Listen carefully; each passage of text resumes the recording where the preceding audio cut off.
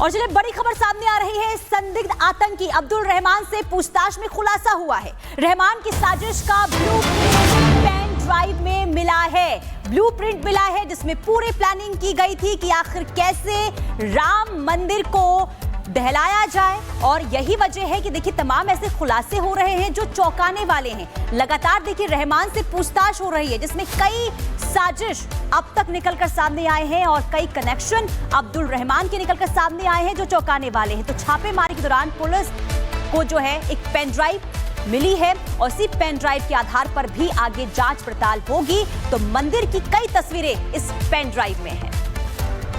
सीधे करेंगे सहयोगी जतन का। जतन, जिस तरीके से इस पूरे मामले में पूछताछ के साथ साथ छापेमारी भी चल रही है, बड़े बड़े खुलासे हो रहे हैं, एक पेन ड्राइव का जिक्र किया जा रहा है, कहा दरअसल ये जा रहा है कि इस पेन ड्राइव में बहुत कुछ है राम मंदिर से जुड़ा हुआ। और क्या जानकारी, और पेन ड्राइव के अलावा कुछ और भी मिला है क्या?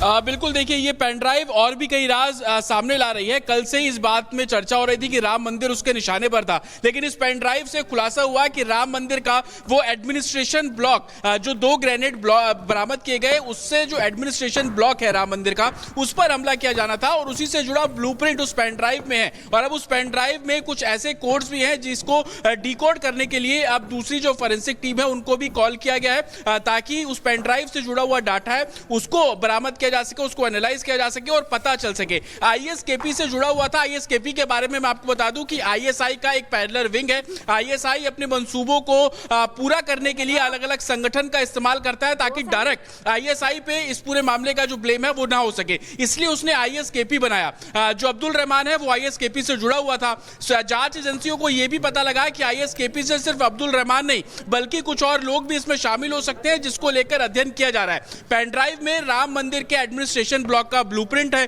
साथ ही कुछ दूसरे रिलीजियस प्लेसेस के फोटोज वीडियोस भी मिले हैं। उस वीडियोस को जब सुरक्षा एजेंसी देख रही है तो पता चल रहा है कि एंट्री पॉइंट उस धार्मिक स्थल का किस तरफ से है, लोगों की भीड़ किस तरफ से आ रही है, एग्जिट पॉइंट किस तरफ से है। एक बात बिल्कुल क्लियर है कि बिल्कुल जतिन, महत्वपूर्ण जानकारी आप दे रहे हैं, कई सबूत मिले हैं, अब इसी के आधार पर आगे जांच पड़ताल होगी। फिलहाल के लिए आपका बहुत शुक्रिया। और इसी बीच एक और बड़ी खबर अपने दर्शकों को बता दें, सूत्रों के हवाले से एक जानकारी दे दें कि अब्दुल रहमान के जरिए पाकिस्तान की खुफिया एजेंसी आईएसआई अयोध्या के राम मंदिर पर हमला करवाने की प्लानिंग कर रही थी। इसके लिए आईएसआई ने अब्दुल रहमान को तैयार किया था। कैसे तैयार किया था, क्या कुछ ब्लूप्रिंट बन रहा था, एक रिपोर्ट के जरिए आपको समझाते हैं।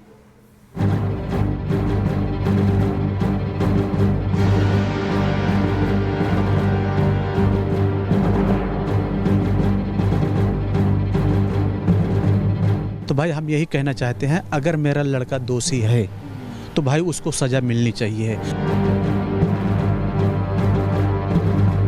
कि मामला आतंक से जुड़ा हुआ है, आगे एक प्लानिंग से जुड़ा हुआ है, जरूर उस पर जांच होगी सारी बात। कड़े पहरे के बीच काले रंग के कुर्ते पजामे में बाहर आता ये वही संदिग्ध आतंकी है जिसने हिंदू आस्था और सनातन के केंद्र राम मंदिर को बम से उड़ाने की घिनौनी साजिश रची थी। वो अपने मंसूबों में कामयाब हो पाता उससे पहले ही गुजरात और फरीदाबाद एटीएस के हत्थे चढ़ गया, जिसके बाद उसे पुलिस रिमांड पर भेज दिया गया। सूत्रों के मुताबिक संदिग्ध आतंकी अब्दुल रहमान 10 महीने पहले आईएसआई के Islamic State Khorasan province module से जुड़ा था। मिल्कीपुर में अपनी दुकान पर ही बैठकर हमले की वीडियो कॉल पर ट्रेनिंग ली। ट्रेनिंग के दौरान अब्दुल रहमान को ट्रेनर ने कई टास्क भी दिए। राम मंदिर में धमाके की साजिश भी वीडियो कॉल पर ही रची गई। माना जा रहा है कि राम मंदिर पर हमले की साजिश में आईएसआई का अहम रोल है। जांच के दौरान संदिग्ध आतंकी के मोबाइल में 20 से ज्यादा तस्वीरें मिली हैं, जिसमें हिंदू मंदिरों के फोटो और वीडियो शामिल हैं। माना जा रहा है अब्दुल राम मंदिर के साथ साथ किसी और बड़ी आतंकी घटना की फिराक में था। वो 5 दिन पहले ही दिल्ली में मरकज जाने के लिए कहकर निकला और फरीदाबाद में नाम बदल कर रह रहा था। संदिग्ध आतंकी अब्दुल रहमान की उम्र 20 साल है और उसने सिर्फ 10वीं तक ही पढ़ाई की है।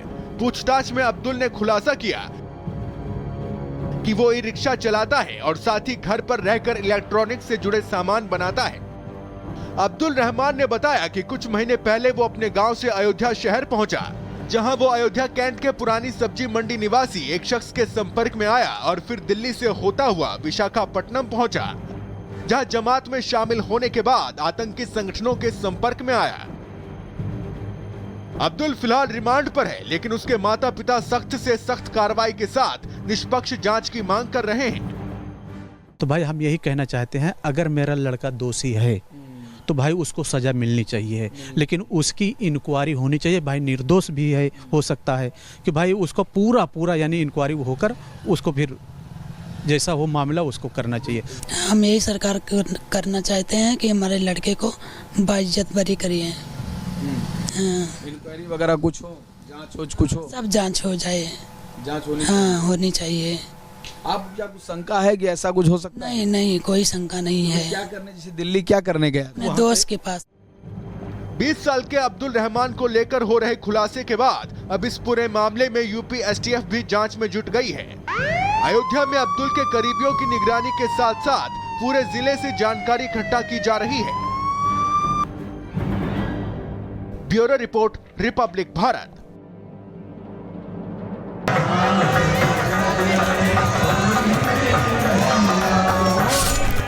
होली के त्योहार पर जितने भी जिहादी हैं, मुस्लिम समाज के लोग हैं, इनको पूरी तरीके से प्रतिबंधित किया जाए। मुस्लिम समाज के लोग हमें धमकियां दे रहे हैं कि हम खून की होली मनाएंगे। ब्रज में किसी भी प्रकार से मुस्लिम समाज की एंट्री बैन की जाए।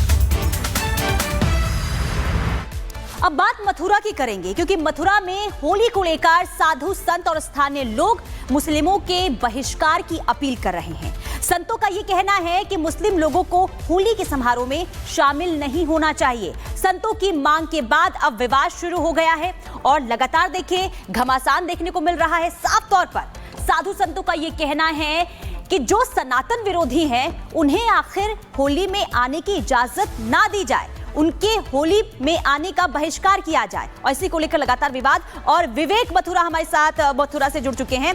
विवेक, जिस तरीके से साधु संतों की नाराजगी और जो मांग देखने को मिल रही है बहिष्कार की मुसलमानों की, इसे लेकर जो मथुरा के लोग हैं उनका क्या कहना है, उनसे भी बातचीत कीजिए।